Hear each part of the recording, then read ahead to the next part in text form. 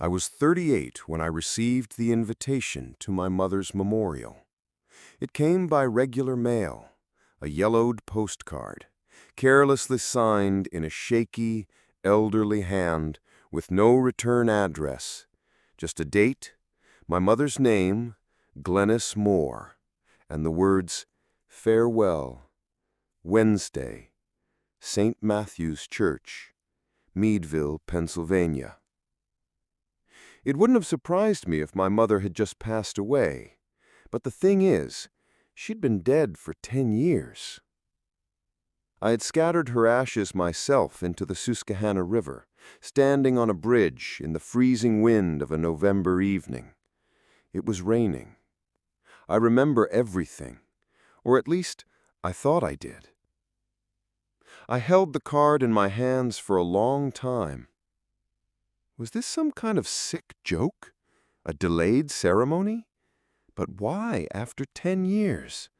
And why now? I had never planned to return to Meadville. I left the place right after her death, a small, brooding village tucked deep in the woods where everyone knows everyone. But something about that invitation, its quiet simplicity, stirred a deep unease I couldn't explain. Maybe guilt, maybe something deeper, buried beneath years of forgetting. I left the next morning. Meadville hadn't changed. The road wound through forest like it had lost its sense of direction. Fog pressed in from all sides, and not a single car passed me. As I drove, a strange sensation crept in, like the ones you get in dreams where you can't remember how you got somewhere, only that there's no way back. At the edge of town, I saw the old welcome sign. The paint was flaking, but I could still make out the words. Meadville. Established 1782. Population 412. I got the feeling that number had never changed. Maybe no one had bothered to count. I stopped in front of St. Matthew's Church, a stone building perched on a hill like a weary sentinel. The doors were open. Inside it was quiet, smelling of incense and old wood. Chairs stood in the back, covered in white cloths, and at the front, a portrait. Her. My mother. But something was wrong. This photo hadn't been taken 10 years ago. It was recent. Too recent. She looked older than I remembered. Her silver hair was neatly swept back. Her eyes calm, certain, alive. Too alive. I stood frozen, trying to make sense of it. And then I felt someone behind me. I turned. The church was empty, but I could feel a gaze on me. So strong, my whole body braced like before a blow. But no one was there. I stepped outside. There was still daylight, but the sun seemed stuck, hung motionless in the sky. I checked my watch. 5:43. Half an hour. Still 5:43. I wandered through the village. People looked at me as if they knew who I was, as if they'd been waiting, but no one said a word.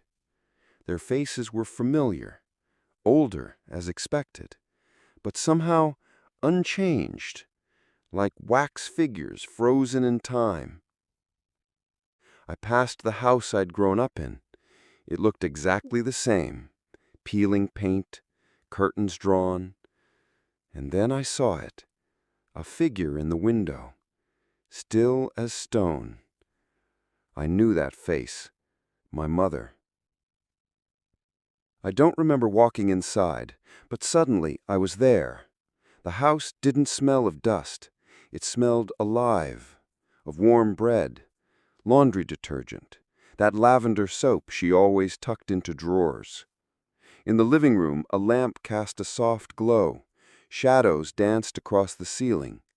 I climbed the stairs, not even thinking, just knowing. Her room. The door was ajar. The bed was neatly made, and there she sat. Not a memory, not a ghost. Her. Her body, her face, her eyes, alive. We said nothing. I couldn't move. She simply nodded, and I found myself back outside. The sun still hadn't moved. The air had grown heavier. I ran toward my car. It was gone. So was my phone, my bags, everything that tied me to the world outside. I started knocking on doors. People answered, without surprise, just looked at me, then quietly shut the door. Eventually, I returned to the church. They were all there now, the same faces, the same eyes.